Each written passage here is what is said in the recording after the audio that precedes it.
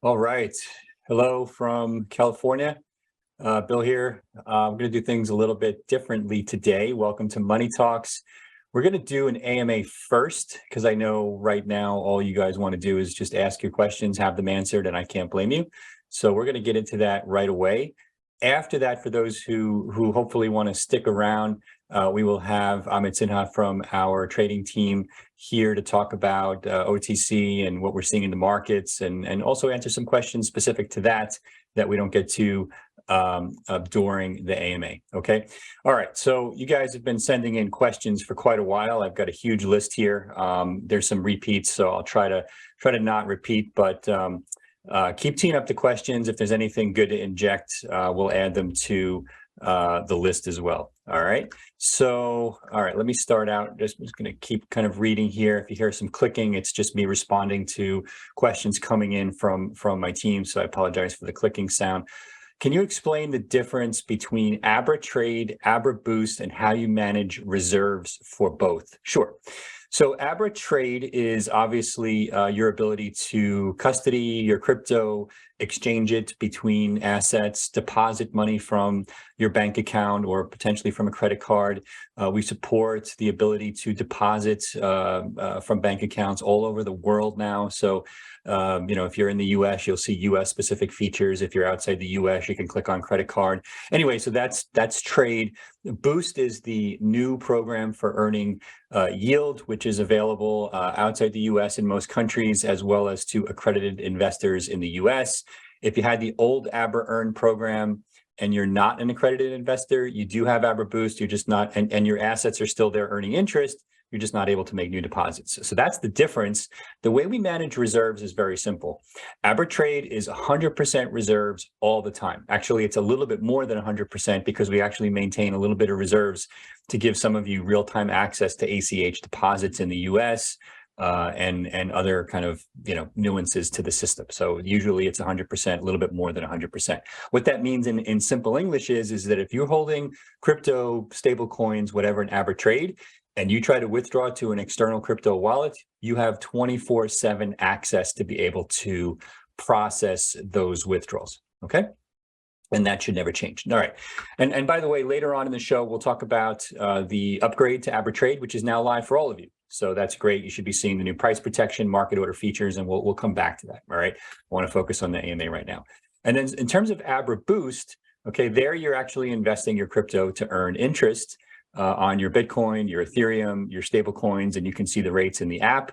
Some of you invest in Abra Boost through the app, and then some of you who work with our private banking team invest in Abra Boost for term rates outside of the app.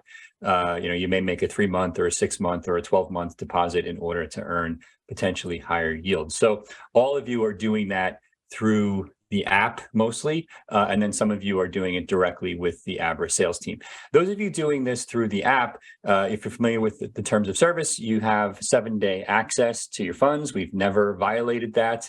I use Abra Boost. I use it through the app, just like most of you. And in general, I've never had it take more than 2 days to do a withdrawal from Abra Boost. And we maintain reasonable reserves and liquidity across all of the coins that we trade there. And I'm sure all of you who use the product can attest, there's never been a delay in terms of doing a withdrawal. And if you make a deposit, I believe you start earning interest the very next day. Okay. So it's a very simple product. We invest in myriad activities in order to generate the yield. I've talked about this in many earlier episodes of Money Talks. I see a question here on risk management. I'll come back to that in a minute. I'm going to specifically address risk. I just wanted to answer the question on trade boost and reserves. Another key difference for Abra is I'm here. I'm actually standing here answering your questions, not because there's issues in the market. It's because it's something that I've done almost every single Friday for the last 3 years. I believe we've done over 120 episodes of this. I was trying to find out the exact number and I couldn't. There's too many and not all of them are on a podcast, so I couldn't count. But anyway, I believe it's over 120. So this is not new for us. We do this when things are great. We do it when there's issues in the market. We do it when our competitors are having issues. And that's what transparency means. Transparency doesn't just mean, you have record revenues, you come on YouTube and you brag about it. That's not what transparency means to us. Okay. I mentioned I'll come back. There's some questions here about the new version of Abra Trade. I want to come back to that in a second. All right, so there was another question here about how withdrawals work with Trade and Boost. I believe I just answered that. If you have any follow-up questions for that, come back. So some of you are saying that you may have an issue converting your Abra Trade or Abra USD, excuse me, to stablecoins. The only way to convert Abra USD to stablecoin is when you withdraw. All stablecoins that you deposit, let me just back up a second. All of the USD stablecoins that are dollar-based, USDC, USDP, I think I'm forgetting one, are all converted to Abra USD now in the app. They're actually really not converted. It just represents your balance, okay? And it's just there. And you can convert that Abra USD to any crypto asset you want. When you withdraw Abra USD, you can choose to withdraw as the same stablecoin that you deposited or one of the other stablecoins, and there's no cost and there's no spread. Okay, so it's a very simple way to manage your balance. You don't need to do a trade between Abra USD and other stablecoins in the app. It doesn't help you at all. You simply choose which type of stablecoin you want to have when you withdraw. Okay, so that was kind of another question that was somewhat related to this withdraw issue. So I have a question here on what's next for CPerks. I wasn't really planning to focus on CPerks today, just giving everything going on in the markets. I'm going to come back to CPerks in a little bit. I am willing to talk about it, but I'll come back to that. So let me see here. So let's talk about FTX for a minute. I see a few questions here on FTX, and then I see a question here on Genesis. So is FTX an investor in Abra? Do I think SBF should be arrested? Look, FTX is not an investor in Abra. That's easy. I think I've told you all in previous episodes. I've spoken to Sam, I think 2 or 3 times via DM on social media. I've never met him. I've never spoken to him live. My guess is that the level of fraud here, based upon all the reporting that I've seen on social media, it goes wide and deep with him and probably a couple others in the company. I find it hard to believe that that's not criminal. I'm not a lawyer. I don't play one on TV, but my impression is that this is both. Anyway, yes, I do believe that this is criminal, and I would be shocked if someone didn't get arrested for this. You cannot steal consumer funds to basically give them arbitrarily to another company. As I told you, Abra Trade maintains 100% reserves, and there's a reason for that. Not only is it ethically the right thing to do, it's a legal requirement. You have to do that. Boost and earn programs are a different story because you're making an investment. Okay. All right, we'll come back to FTX in a minute, but that's my initial feeling there. I'm not going to answer questions about why I think this happened or what actually happened at FTX. There are 150 tweet storms online that do a really good job of explaining what happened at FTX. It's not really why I'm here. Okay, why should I trust Abra? All right, that's a good one. All right, so here's how I look at it, right? So as I said, first of all, I'm here. All right, I don't know how many of you are able to get online every single week and ask the exec team of the company you're working with whatever question you want and put the exec team either on the hot seat or however you want to refer to it. So that's one thing. And we really believe in transparency at Abra. And if things were bad, I would tell you they were bad, right? And I'm telling you, Abra is open for business as usual. We manage risk, which I'll talk about in a second. And we're open for you 24/7, right? We actually have a support team that responds when you have a problem. We have a risk management team that's meeting constantly to look at what's going on in the markets. We have a sales team for our private banking folks where you actually can text them and you call them and they actually respond to you, right? And this is why millions of you have trusted Abra. And like I said, we're still here. So, this is kind of related to another question that I see coming up on the list here about whether Abra should buy assets from Celsius, Voyager, and BlockFi, et cetera, et cetera. I don't know, but yeah. So there was a question about FTX relationship with Abra's hedge funds and investment funds. So Abra has a partial ownership in a separate investment fund unrelated to all the products that all of you use, and that fund did have some of its funds on FTX. It was a relatively reasonable. It was about I don't remember the exact percentage, but it was a reasonable amount. Doesn't affect Abra at all. The people who are investors in those funds have been contacted. If they have any other questions, they can reach out to me directly. They know how to reach me directly. None of that affects Abra. Okay, so what about Prime Trust? So Abra uses Prime Trust today to process wires and withdrawals. We no longer custody any assets on Prime Trust.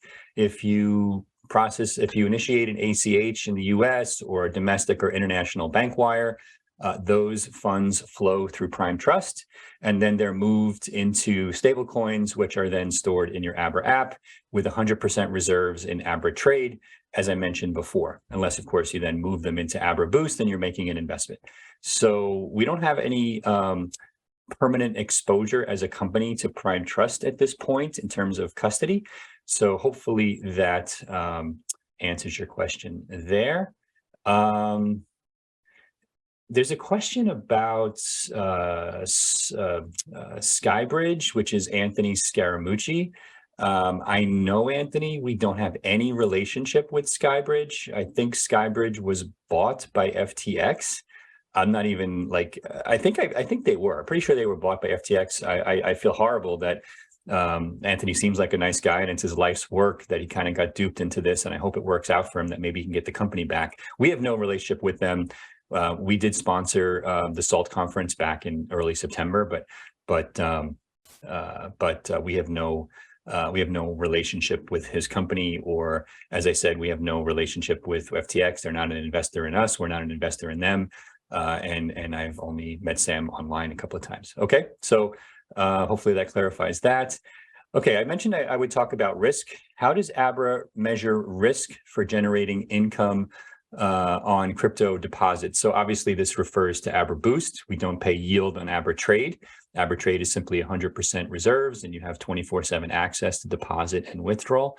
And by the way, we're seeing deposits and withdrawals. The last probably couple of months, we had more deposits than withdrawals. Slowed down a little bit, obviously, this week with the FTX news, but we're definitely still seeing a lot of you moving off of exchanges into Abra, and we appreciate that. And we continue to plan on,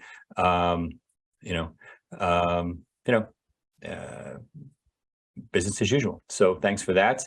All right, back to the question. How does Abra measure risk for generating income on crypto deposits?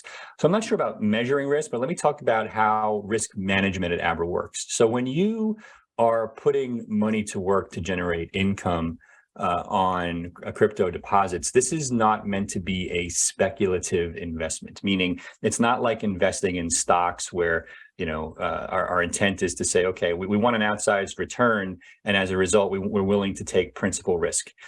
The principal is your crypto. You're already taking risk by holding crypto in the first place, independent of Abra, right? And so our goal is to not put principal at risk, and as a result, we aim not to take speculative investment. And as a result, generally what you see is a combination of lending into very high grade counterparties. The majority of our counterparties now are traditional finance firms, meaning not crypto native. And so that's a difference from where we were this point last year. So earlier this year, we actually changed significantly how we work with counterparties. And we went from, in the early days, you really didn't have a choice because traditional finance firms were not involved in the crypto space. Well, I can tell you they are now. And so Abra has been able to onboard many of those companies. We have a wonderful reputation in that world, and it's really helped us even improve. We were already doing a good job last year when I was talking to you on Money Talks, but we've taken it to another level because we're able to work with these, we call them TradFi, or traditional financial firms, who have crypto arms now. And so you're often able to get access to massive balance sheets, which is obviously a big win for all of us, because it lowers the risk profile dramatically. And then we have to look at things that I've talked about before, about concentration risk, about duration risk. Concentration risk is basically what killed Voyager. Voyager had, I think, like 50 or 60% of all of their interest earning assets with Three Arrows, I think it was. And, Gemini announced they had 100% of their earn program in Genesis. I didn't know that.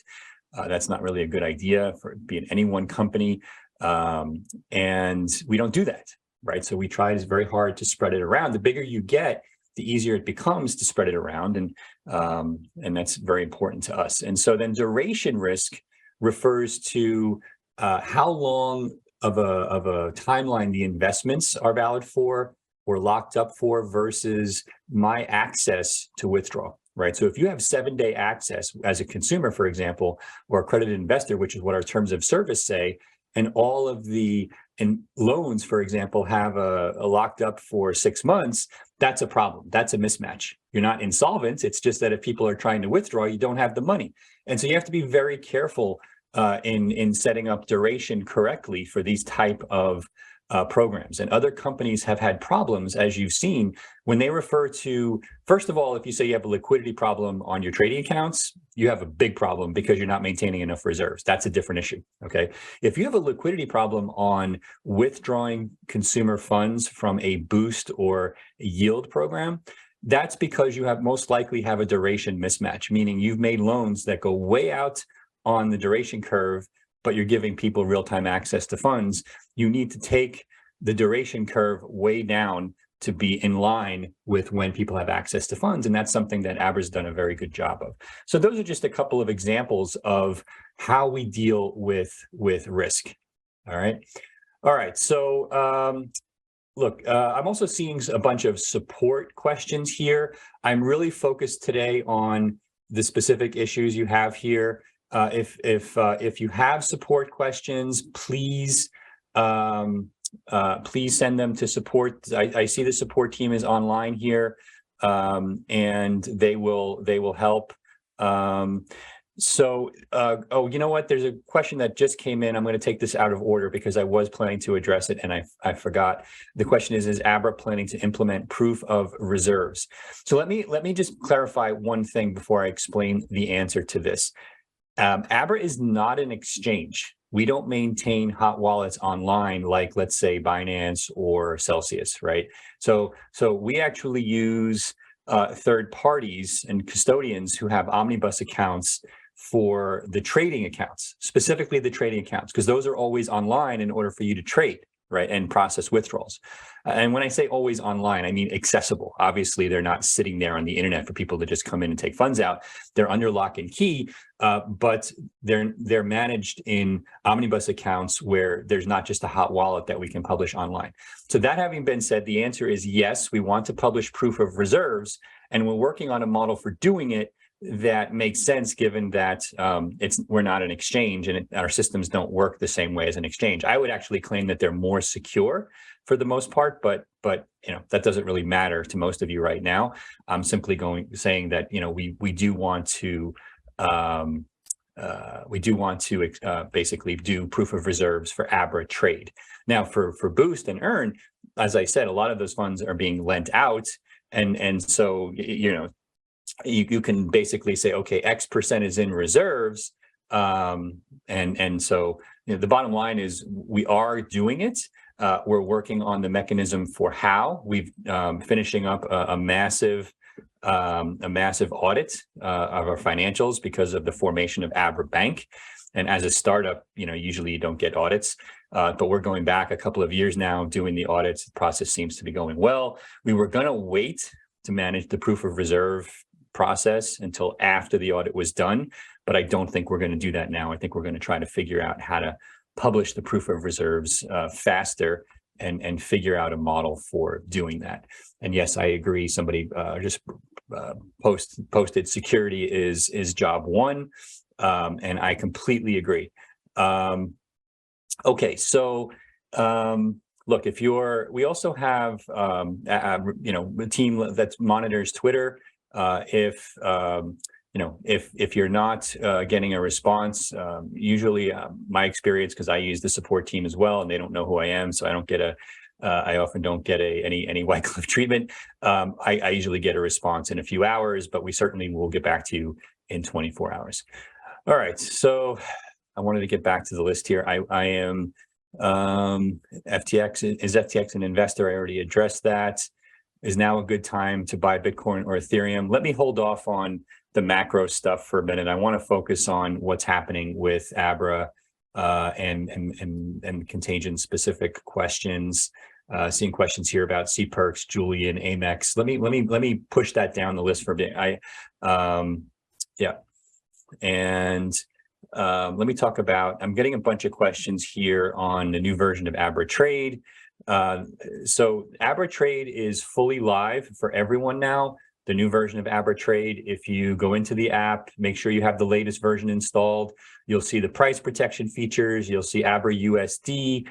We've talked about the Abra USD many times. Abra USD is simply a single balance representing all the stable coins that you deposited into Abra. And then when you withdraw it, you can choose which stablecoin you want to withdraw. So you can kind of get like a free conversion between stablecoins, which is pretty cool. Tether is managed separately. That's its own balance in the Abra app. We keep Tether separate because it's not a US-based stablecoin. It's managed internationally. So we group the US-based stablecoins into Abra USD. Okay. When is the Abra Bank going to be launched? And is the launch of Abra Bank affected by the events of the past week? So we've been in regular contact with the regulators with whom we're working on the formation of Abra Bank. The process is moving forward. There's been no delay. And obviously having a regulated bank that is not doing fractional reserve banking with crypto is a big win for the space, right? So let me address this part of it, right? If you're a regulator or a series of regulators across different states, what would you rather have? Because crypto is not going away. Would you rather have a company that is fully regulated as a bank, that's committed to maintaining 100% reserves, that doesn't do fractional reserve banking like a regular bank, right, and has to be public and transparent about all these things? Or would you rather have some offshore entity managing somehow to get US consumers on board, even though they're not supposed to, and is operating, as a bunch of cowboys and cowgirls in the crypto space, right? So I think the answer is pretty obvious. And I think as a result, you're going to see other companies mirror the Abra model for doing this, okay? And I think that's why we're going to get the bank license. I don't see any slowdown in the process. And if that changes, I will certainly tell you, right? And we have no reason to believe otherwise. And that includes our Abra international license as well. Okay, so the process is going great. The legal teams and the product teams that have been involved have really crushed it as far as I can tell. Okay, do I think CZ purposefully brought down FTX? No, that's ridiculous. I don't think he had the ability to bring down FTX. I think FTX brought down themselves with their insane, irresponsible, outright disgusting business practices, not even business practices, just fraud. You cannot take reserves from a trading account and give them to someone else. It's just dumb. I mean, come on, guys, it's crazy. CZ had nothing to do with that. I mean, he looked at what was going on behind the scenes and said, nobody can fix this. This needs to be fixed in bankruptcy. And he was probably right. Do I believe Gemini is going to survive? Are they next? I think Gemini is going to be fine. I know they've had a lot of withdrawals this week. So look, Gemini has their trading exchange, and then they had their earn program. Their exchange is 100% reserves. I know Cam and Ty, they're very, very conservative when it comes to compliance. So I'm not in the company. I don't see day to day, but I'd be shocked if Gemini wasn't acting 100% above board on their exchange. On their earn program, they did outsource that to Genesis, which I did not completely know. I knew that they were using Genesis. I didn't realize they used it for 100%. I talked about that before. I guess if you're disclosing to your clients that you're outsourcing the program to one company and they know that they're taking that risk when they deposit into their yield program, I suppose that's okay. I honestly don't know if they did that. If they didn't, probably not a good thing. But I hope and that it works out. Look, let me talk about Genesis for a second. We know them very well. They're good guys. I think that what happened is they have this duration mismatch that I talked about before. I think the assets are there. I think the company is ultimately, look, I could be completely wrong here. I think the assets are there. I think the company is going to be fine. And I think they're going to have to basically fix this duration issue, especially if Gemini is their biggest client on the retail side. If you're giving your clients real-time access to their earned deposits, but Genesis's loans go out for months or a year, there's a mismatch there, and they have to fix that. And my guess is that they're working to fix that now. So, you know, I based on what I've seen, I do think Genesis is going to be fine. If I'm wrong, we'll come back on here and y'all can lay into me and it's totally fine. But based on what I'm seeing right now, I have no reason to suspect that what's going on at Genesis. I believe they're completely solvent. I think they have way more assets on Genesis than they do liabilities based on what I've seen. I'm guessing they just have to fix this duration issue in terms of access versus, yeah. Okay.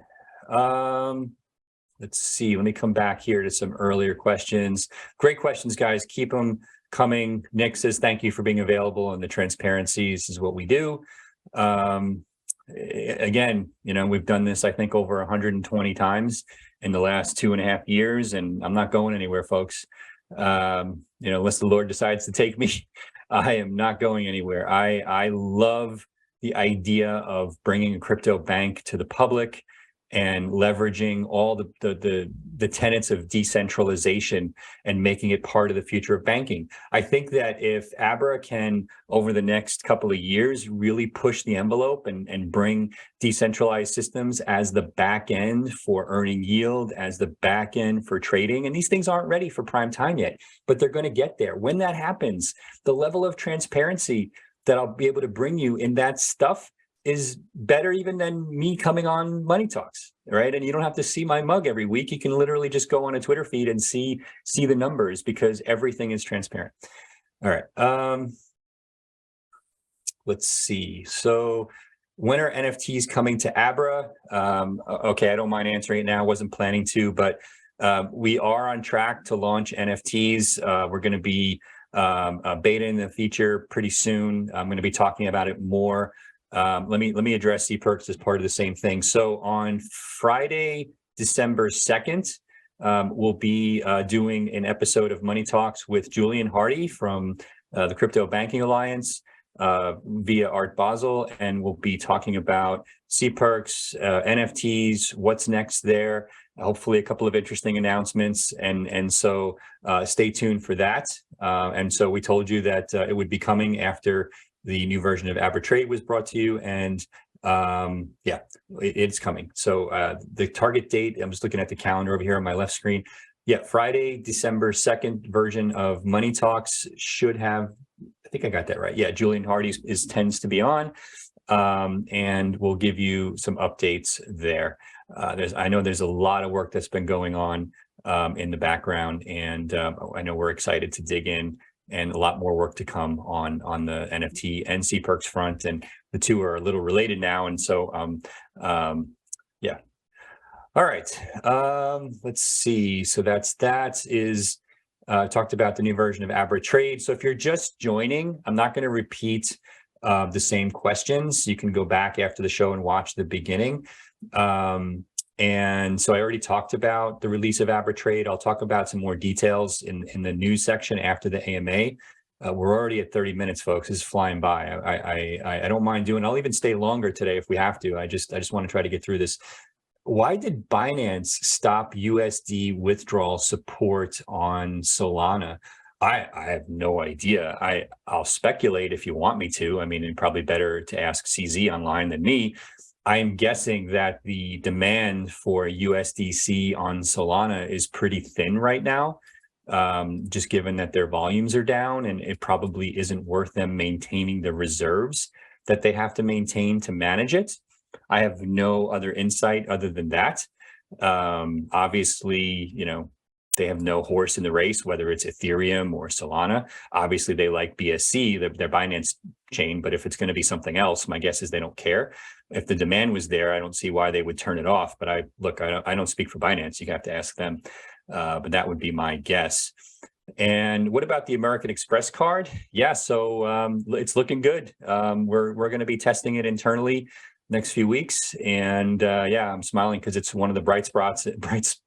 One of the bright spots in everything going on right now in this market is I'm really excited about this product. Look, this relates a little bit to the block. I see a BlockFi question here. What are my thoughts on BlockFi's situation? Again, like everything else, I don't own BlockFi. I don't have any, insights specifically. I will say that, we would like, and I'll say this about Celsius, Voyager, BlockFi. We're interested in helping. We have, in a couple of cases, contacted and have been contacted by creditors to those companies. We don't mind you guys reaching out. Our heart goes out to you if you're affected there. We would like to help. We don't yet know if and how we can help, whether it means acquiring the lending book, acquiring the assets, acquiring the credit card business.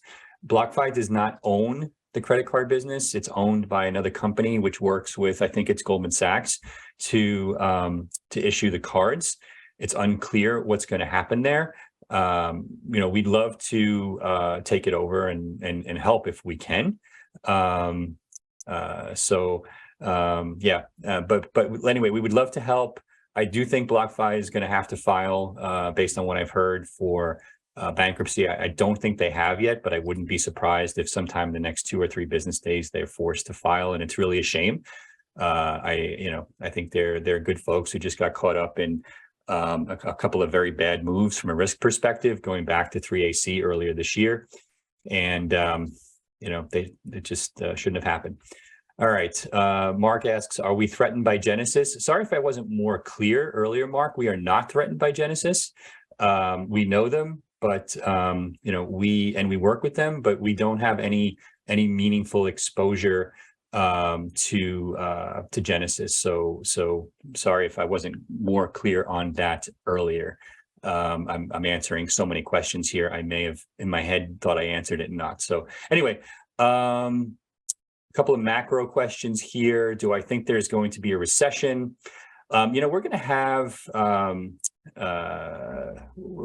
someone on from the Abra team. Amit's going to join us after the AMA, and we're going to talk about Abra trade, and we'll get into that with Amit, because I think he does trading commentary for some of our top clients, and I asked him to come in today, just given everything going on, and talk about our OTC desk and what's going on there. Let me go back to finish some of these questions, and I've been jumping around, so I'm going to go back through your list here. Keep your questions coming. It's okay. Is CZ my friend? I've never spoken to CZ. I don't know CZ. I don't even know if he knows who Bill is, to be honest with you. I have no idea if he's ever even heard of Abra or me. I'm guessing he knows Abra. I have no idea, but no, I've never spoken to him. We are in a chat room together, but online, but we've never spoken directly, and we've never communicated directly. I'd love to talk to him sometime. He seems like an interesting guy, and obviously what he's done with Binance is incredible. All right, so I have a family trust, and I'd like to invest in Abra Boost. How do I do this? Great question. If you go to abra.com, and I'll show you here. This is something that we can help you with, and this is a good way if you're getting off of exchanges to protect your assets. We've had a lot of deposits this week from people coming, actually the last 100 days of people coming off of exchanges, and we welcome that. Yeah, so let me just bring this up here. So if you go to our website, and Mr. Wizard, maybe you can bring the website up on the screen here for everyone. You can see that there's 3 types of users: individuals, private clients, institutions. If you're a family office or you have a trust for your family in the US, you click on private clients, which I just did here. You can contact the team and you'll basically get set up with a relationship management person to get your trust or family office set up in crypto. You can earn yield. You can get set up for trading for large bulk buys, which we'll talk about with Amit in a couple of minutes. Okay, so that's the question on. I'll leave the website up for a second here. I think there was an institutional question. You know what? No, I'll stop this. It's fine. All right, so I'm going to take, let's say, 2 or 3 more questions. Yeah. So people complaining about BlockFi's credit card program. Hope Abra's is better. I've never used BlockFi's credit card program. I know if we did ever get to the point where we acquired it, we'd obviously migrate it to be similar terms to ours because we like what we're doing there. So, but like I said, I mean, nothing to announce. I don't really know. I have no insight as to their own process for, where they're at, and but I suspect it's not good. Paul, I did see your question come in at the bottom of the screen here. I wasn't planning to address IRAs today. It is definitely going to happen. It will be 23 when it happens, not 22. I hope it will be this year. But just given the craziness of the market, we've really focused a lot of our product team efforts on making sure that we remain unaffected by everything going on. So, and Abra Trade was obvious. The new version of Abra Trade was obviously a little bit delayed, although it's live for all of you now. What are my thoughts on DeFi, and will Abra work in that space? So Pluto, Abra already does work in DeFi. So we do generate yield through DeFi. It's probably the smallest allocation we make versus lending, which is a bigger allocation. The reason is that it's much more complicated from a risk management perspective. So we'll often take positions and then and then come out relatively quickly, just because we're worried about liquidity or other issues, and we do our best to make sure. We've never been affected, to my knowledge, by like a rug pull or anything like that, where I know others have, and we're always sensitive to the concentration risk issue that I've talked about before. Now, that having been said, many of you have come to us and said, I would like to allocate through Abra to very specific DeFi opportunities. So that is something that we will eventually do, and it will work similar to how our NFT product works, where you'll have your own dedicated key/wallet that you don't have to worry about how it works, but it'll be dedicated to you, and then you'll be able to make specific DeFi allocations to a liquidity pool or a lending opportunity, whatever. Okay. All right. So Rob asks, who is Plutus Lending, and do they take control of the collateral with loans? Plutus Lending is part of Abra. So we have a holding company, and it has different operating companies underneath. And Plutus Lending is the group that actually manages the lending. That's it. There's nothing more to it than that. And basically, the risks management is exactly the same as I described. That's just the legal entity within the Abra umbrella that manages the lending of the assets. That's all that is. Okay. All right. I'm going on 40 minutes AMA here. I'm going to take 2 more questions, and then we're going to bring Amit on. He's been waiting patiently. We talked about Amex card. Do I think there's going to be a recession? I think we've been in a recession, and I think the definition has been changing constantly by the powers that be to suit their purposes. And, it's infuriating to see how the Fed has fucked this up and how bad and asleep at the wheel they are in terms of what's going on, both in terms of getting us into this mess in the first place and also overshooting the mark and trying to get us out of it. And what was the comment I saw earlier? If you add in the bond markets, we've now seen the largest capital destruction as a percentage of GDP in the last 50 years, certainly bigger than 2008. That is insane. Okay. And so, anyway, We'll talk about that with Amit in a minute. So we can debate whether we're in a recession all day or not, but in terms of economic destruction, credit tightening, we've never seen anything like it. I'm 54 years old. I've certainly never seen anything like it. I remember waiting online as a little kid, to get gas in my mom's car, and all the things that came with the recession and the crazy interest rates when Reagan took office. And this feels worse in terms of the actual credit tightening and capital destruction going on.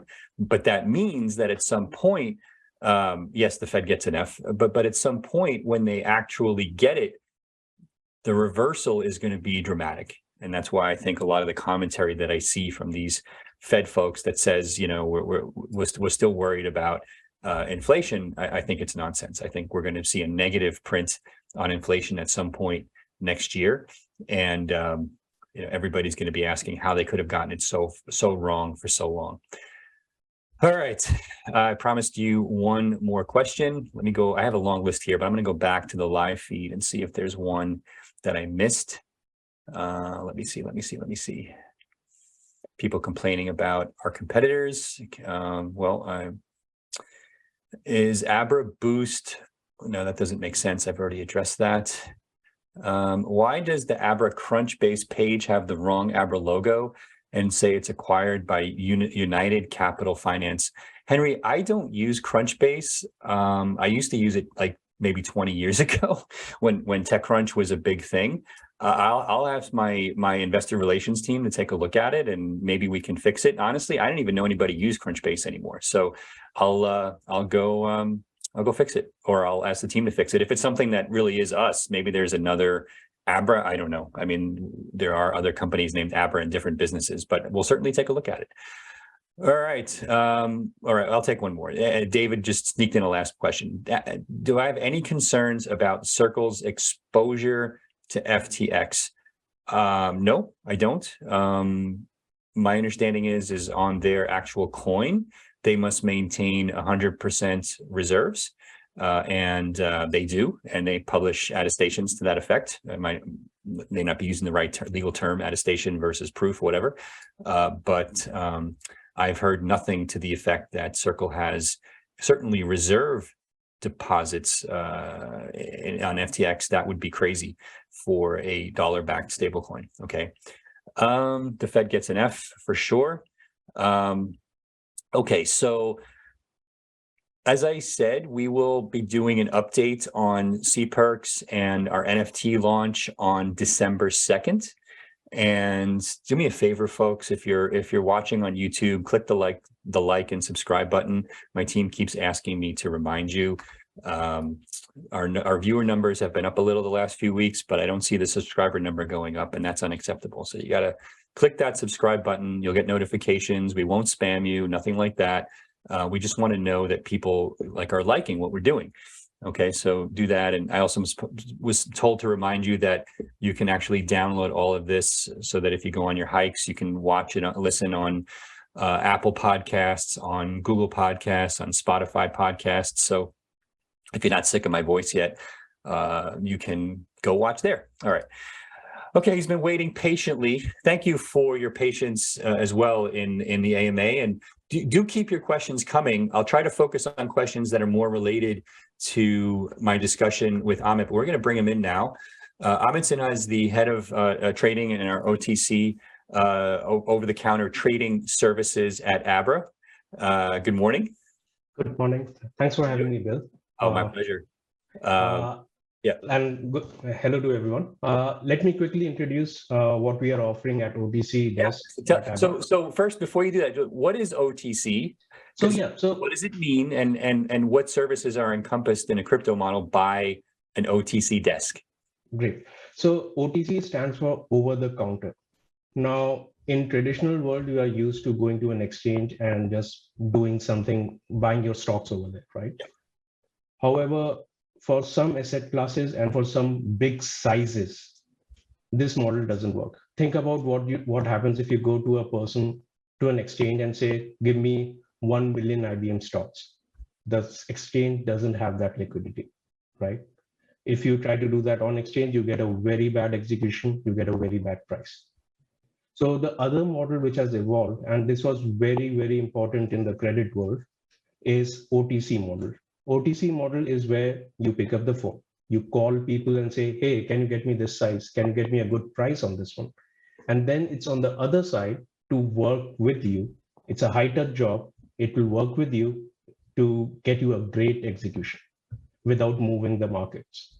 Yep. So it's important that the OTC desk tries minimal impact on moving the markets. So if I'm just to be clear, so if I'm trading, if I'm buying $50,000, I wire $50,000 to my Abra app, and I want to buy Bitcoin or Ethereum or Matic or something like that, or I don't really need over the counter to do that. I should probably just do it right in the Abra app, right? You can do it there, but you can also, through your sales contact at Abra, you can ask OTC desk to do at it.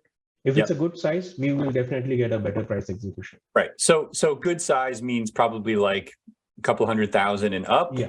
Right. Yes. Something like that. Right. So we deal, I guess, in millions of dollars in trades now too. Right. And the goal, if you're buying, I just want to make sure I got this right. If you're buying $1 million worth of Bitcoin and you buy it in one chunk on an exchange, you're going to move the price of Bitcoin, and you're going to be paying a lot more, right? Versus the spot tick you saw on the last trade. Exactly. Is that right? And remember, OTC desk is in the market. So it's looking at both, like you are buying something, there might be another person who is selling something. The OTC desk knows this. It doesn't really need to hit the market for that. Like it's a win-win situation for everyone. Yep, exactly. And so what are the kind of products that we're seeing demand for on the OTC trading right now, and where do you see it going next? Yes, so OTC desk is a very important conduit for crypto world. Right now, we have launched OTC desk and we are servicing spot transactions. Spot transactions means I want to give you this currency and I want to buy this currency. Yeah. So for those of you who are uninitiated in trading, we all have our own terminology for our businesses. Spot is basically just an insider way of saying I'm just buying and selling the actual asset itself. No derivatives, no fancy other products, just the actual assets. So it could be a stock, it could be a bond. In this case, it's crypto. That's it. Yeah. So right now we are facilitating spot trading. We can facilitate any coins which you want. We have advertised the top 10 coins, but if you have need for any coin, definitely contact the sales and we will work with you to get the better execution. Right. Now about the future growth, we are working on offering other derivatives contracts to you, like options and some products which are really good for retailers, like covered calls, which will give you extra yield for whatever you are holding. So we will definitely deliver that. We are working on getting all the pipings correct. We are working to make sure all the risk management is done correct. So we are definitely working behind the scenes to get you the best service as soon as possible. We are also working on offering the same services for smaller size through an API or a UI where you can log in and interact with Abra. Or if you have a programmable surface interface, you can use our API to execute a trade. Yep, got it. Somebody was asking which bank we use. My understanding is we've stopped using Silvergate for now, and we've moved to another bank. So this also answers a question I forgot to answer during the AMA. I don't have a personal problem with Silvergate. I just think out of abundance of caution, just given some of the commentary online, we've at least temporarily stopped using them until we believe that all that stuff is stopped. But how are you wiring money into Abra today to do your OTC trades? So in this case, you will work with our salespeople and they will give you the wire account where you can wire it. Got it. The trading team, the risk management team is fully aware whenever there are delays or anything happening or any rumors in the market. We try not to tie up with one vendor or one bank to say that. So we will find avenues where you can do it in a more reliable way. Yep. And then somebody was asking about the API. So why don't you, I know that's coming. So why don't we, Paul, thanks for teeing that up for Amit. So why don't we address that? I know you were going to talk about that next anyway. Yes. So API is one of the more exciting interface for those of you who want to interact through your interface with Abra. Right now, it's in a testing phase internally where we are making sure that a trade gets executed properly, all the money is handled properly. We are looking at the risk management dashboards, checking all the piping. It will be delivered to you with proper docs, how to use the API with the proper security arrangement as to what tokens to use to authenticate yourself. And it will basically tie up with the OTC infrastructure inside, as well as for small volumes, it might just give you just a great price right away. Okay. And who are examples of some of the folks that want trading APIs that would care about, just using an API versus the the web interface, or, picking up the phone and saying, buy my Bitcoin? So in general, a lot of it depends upon your sophistication and your needs, right? If you are a person who needs a high touch service, or if you are a person who has a great big size to trade, you will definitely pick up the phone. Because in that case, somebody will handhold you for the big size. Somebody will work with you like round the clock to get you the great execution. However, if you are the sort of client or the sort of person who does 10 trades a day, 20 trades a day, getting on a phone for 20 trades is just not practical, right? In that case, you will want to use API. Or the third category will be people who are actually tech savvy and who want to use, like they have their own infrastructure and they want to get pricing from Abra also. Yep. Okay. So we have a combination of kind of consumers and businesses here. So let me just address what an API is, because I realize we just kind of skipped that. So API stands for Application Programmer Interface. Basically, what that means in English is that it gives you a way to access Abra through your own systems, your own computer systems. So let's say you're running a Bitcoin ATM network and you need to access a bunch of Bitcoin, Ethereum, Solana, USDC to be able to sell through your Bitcoin ATM network. You can hook directly into Abra's systems to execute those buy orders, and the crypto will be delivered to whatever wallet you tell us in the background, for example.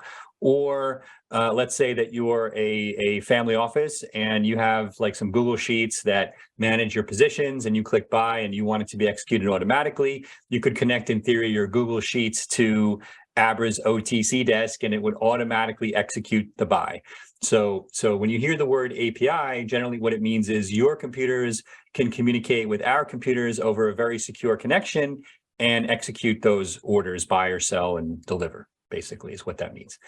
Okay, so let's see. So let's talk about what's next, right? So what other demand are we seeing, and what is the implications of this for Abra? Sure. So in the events of last week, one of the biggest demand we have seen is people going to Bitcoin or people going to stablecoins.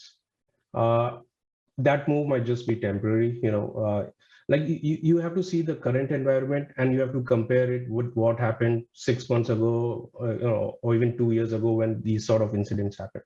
This time, the crypto industry has actually, it has responded in a very mature way. Like you don't see the same run happening in crypto, which happened last time, right? So this shows that people did acknowledge that, there was one bad actor and he gamed the system. But in general, they still believe that this is the right place to be in. So most of the people, what they have done, or the flows I have seen, is people converting to Bitcoin or people converting to stablecoin. But I don't think in general they are thinking of moving away from crypto. The institutional demand is still there. A lot of big players are still putting in money. A lot of big players are still opening new hedge funds. So crypto is there to stay. Yeah, I mean, our demand is certainly there, and the numbers have gone up significantly for us the last probably 100 days or so on the OTC front.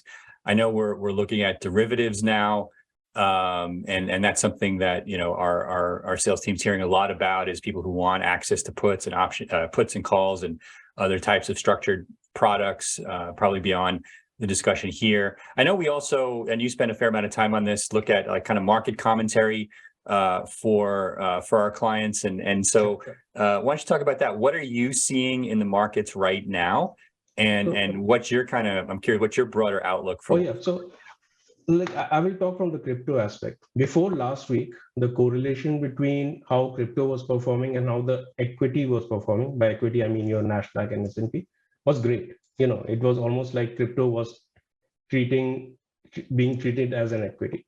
Mhm. If you look at last week, what has happened is that correlation has deteriorated. So after the last inflation print, the equity market took off. Look, everybody is like saying, oh, now Fed is going to pivot. It's going to not raise the rates that much. So the equity market took off. However, because of the event risk in crypto world, the story in crypto world changed. Like, the assets are down like 10, 15% just based on the event risk. In general, I do believe that correlation will again tend to get normal. A crypto will start behaving like equity at some point where the macro factors will be driving it again instead of the event risk which we are seeing right now. And among the macro factors, the biggest thing is what will Fed do, right? Sure. So right now there's a story going on that the inflation is fine, Fed might pivot, but then Fed is coming up with such confusing statements all the time. It's like, if you remember 1 year ago, they were saying inflation is transitory. That same Fed in 1 year said, oh, be ready to feel some pain. Sure. Right? How much can you trust that Fed is going to do the right thing? Well, when you're a trailing indicator, how can exactly. How can you Right. basically give a viable opinion Exactly. on what's going to happen next when all you do as a company is, the Fed as a company, I guess they are a private company technically, they just report on what's already happened. Yep. And they're not out ahead of anything. Doesn't make any sense to me. It's just I'm sorry, it's infuriating. It's as infuriating to me as what happened at FTX, because honestly, what happens with the Fed affects way more people than what happened with FTX. It's horrible. It's disgusting what they did, but what the Fed is doing is worse, in my opinion, literally worse. Yeah. Okay. All right. Basically, Fed keeps on waiting for labor numbers to turn down, the inflation, the steady inflation to come down and then react. It might have missed the boat. Yep. Yeah. Incredible. There was a chart that I wanted to show. I don't know if I closed it or not. I may have closed it, but Raul had a chart where he basically showed oh, here it is. I got it. I'm going to bring this up, Mr. Wizard. So give me 1 second. So this is, one of the really most telling charts, and I've showed you this before.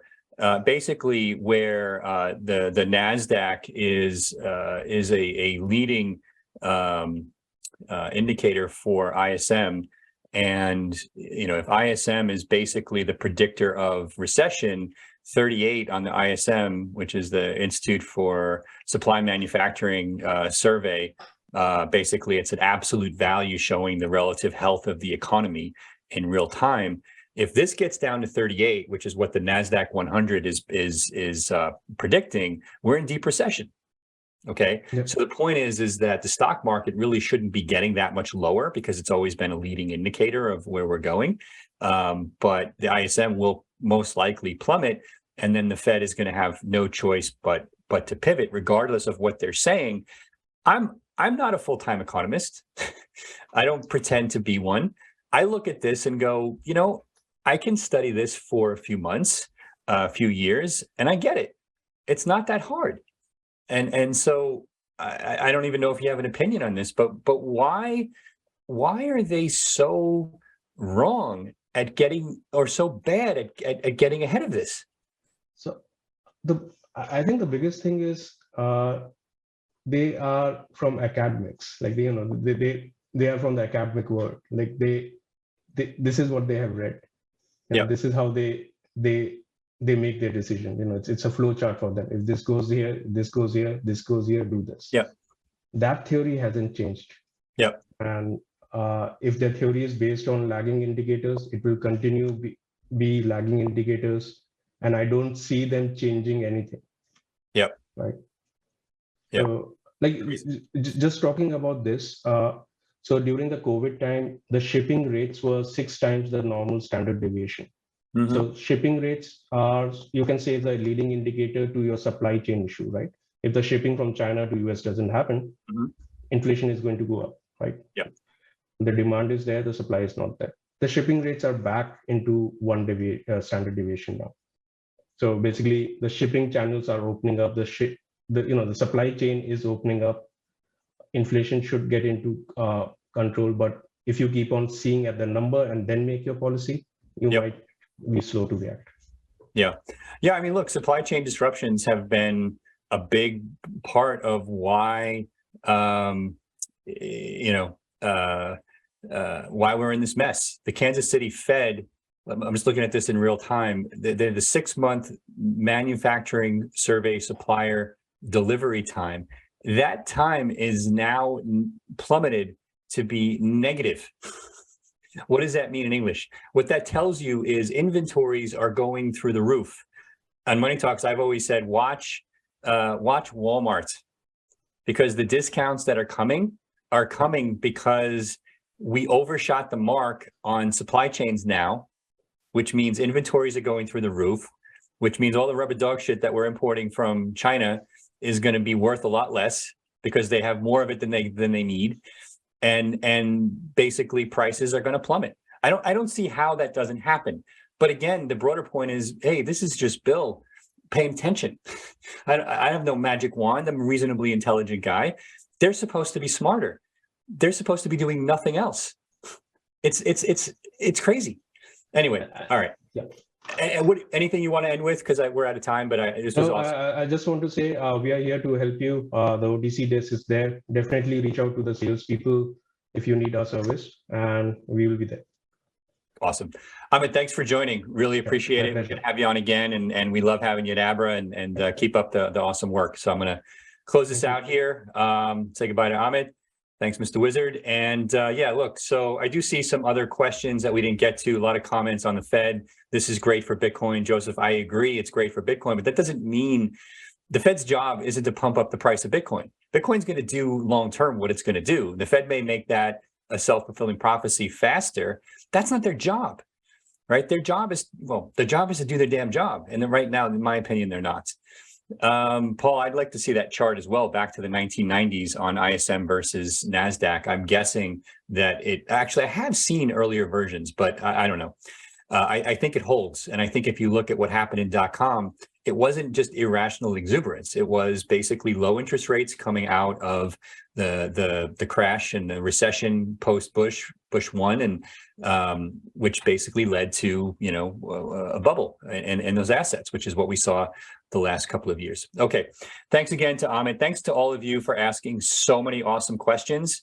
Like I said, we've done over 100 of these now, and we will keep doing them. All of a sudden, it's become kind of a mandate from the public that the companies that they're trusting money with get out and talk publicly. Well, guess what? We've been doing it for years, and we have no intention of stopping. So speaking of stopping, so next week is Thanksgiving holiday in the US. I do want to do a Money Talks on Friday. I haven't discussed that with my team yet, even though it's a holiday.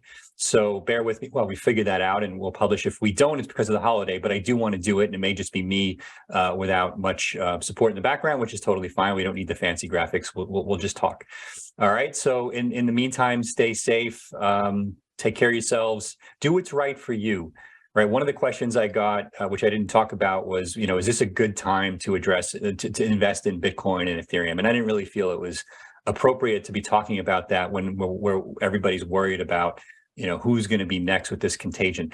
My take is that if you focus on your own time horizon, if you focus on understanding the basics, and you have conviction that Bitcoin's going to 10x, but it might take 10 years, then you should only invest what you're comfortable with over a 10-year time horizon. If you're an active trader and you're worried about the next 3 to 6 months and you can't afford to dollar cost average in, then you should act differently. But I'm dollar cost averaging in every chance I get into Ethereum and Bitcoin because that's what my conviction is, right? But you need to decide what's right for you. And that's, I've consistently said that on Money Talks. My Petfish asks if we can buy XRP via over the counter. The answer is yes. Just contact sales through the webpage that I showed you earlier, and they will get you set up. All right.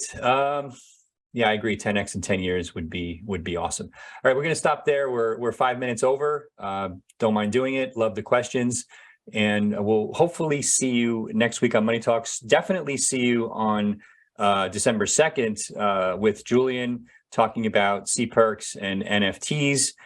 Really appreciate the kind response to the Q&A today. The team spent a fair amount of time in the background helping me make sure we got all the answers right. So thank you to everybody online helping me out. It's not just Bill here. We've got a team behind the scenes. So, all right, have a great weekend, everybody. And hopefully we'll see you next week on Money Talks.